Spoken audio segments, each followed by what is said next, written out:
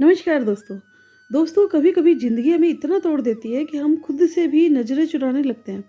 मन पूछता है कहाँ हैं भगवान, क्यों नहीं दिखते, क्यों नहीं बोलते। और तभी कहीं भीतर से एक बहुत शांत आवाज़ उठती है, मैं यही हूँ हमेशा से।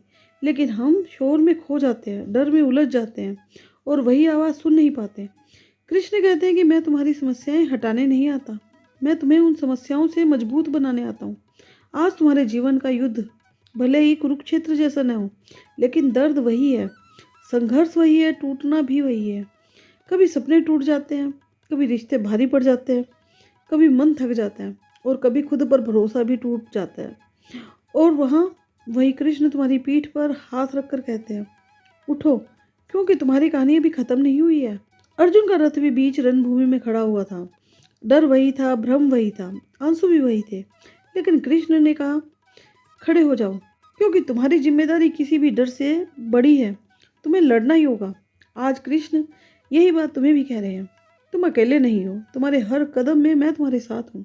जब तुम टूटते हो वह तुम्हें संभालते हैं, जब तुम थकते हो वह तुम्हें ताकत देते हैं, और जब तुम्हें लगता है कि अब नहीं हो पाएगा, वहीं से तुम्हारे लिए रास्ता बनना शुरू हो जाता है।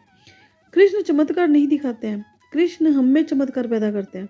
इसीलिए रुको मत, हार मत मानो, डर को अपने रास्ते से हटाओ, कर्म को अपना धर्म बनाओ। क्योंकि कृष्ण कहते हैं कि अगर तुम्हारी नीयत साफ है तो तुम्हारा हर कदम, हर आह, हर कोशिश मेरी तरफ से लड़ाई बन जाती है। और यदि दोस्तों कृष्ण तुम्हारे साथ है तो तुम्हें हराने वाली कोई शक्ति पैदा ही नहीं हुई। तो चलते रहो, क्योंकि जहाँ तुम हो वहाँ कृष्ण अवश्य हैं।